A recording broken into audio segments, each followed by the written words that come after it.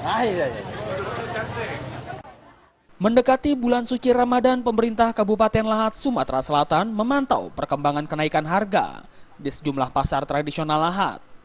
Dalam sidaknya kali ini, Wakil Bupati Lahat Marwan Mansyur mengimbau kepada pedagang untuk tidak membebani warga dengan kenaikan harga 9 bahan pokok.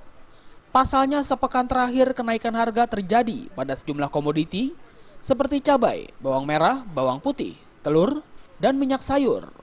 Marwan mengatakan untuk antisipasi keluhan dari masyarakat Kabupaten Lahat, seluruh SKPD yang terkait untuk memantau perkembangan kenaikan harga 9 bahan pokok agar stabil. Ia juga menghimbau para pedagang tidak memanfaatkan momentum Ramadan untuk mencari keuntungan sesaat.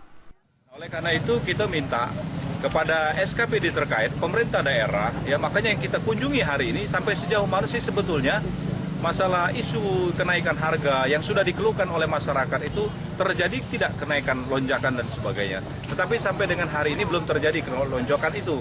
Ini tapi dimungkinkan pada saat masuk Ramadan atau menjelang Idul Fitri pasti akan terjadi lonjakan. Karena itu kita minta kepada kepala SKPD terkait ya, apakah itu Dinas Perindustrian, Perdagangan, bagian ekonomi ya, yang ada kaitan-kaitan dengan masalah pasar, Dinas Kebersihan dan Pasar untuk menjaga stabilitas daripada harga. Pemerintah meminta kepada seluruh pedagang yang ada di PTM Serelo dan Pasar Lematang untuk tidak menaikkan terlampau tinggi harga sembako. Kalau kedapatan menaikkan harga terlalu tinggi, pihak pemerintah akan bertindak tegas. Dari Kabupaten Lahat, Sumatera Selatan, Jamil Hasan melaporkan.